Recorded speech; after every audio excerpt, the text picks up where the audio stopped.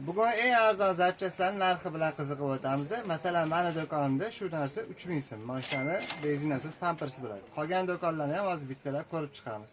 Do'konlar so'raymiz. Ibrohim, eng arzon narsa nech pulsanda? Bizdami? Hı? Bizda kissim aka. Kissimga narsa bor. Bor, nima bo'ladi? Qani? Donasi kissim aka, mana shu. Gap yo'q lekin. Eng arzon zapchastingiz nech pul? Eng arzonimi? Eng arzoni. Malamas. Nech pul turadi bu?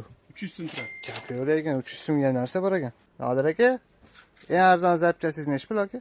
Eng arzon zapchas. Mashada. Nech pul turadi bu? 1,5. 1,5 ming? Gap yo'q.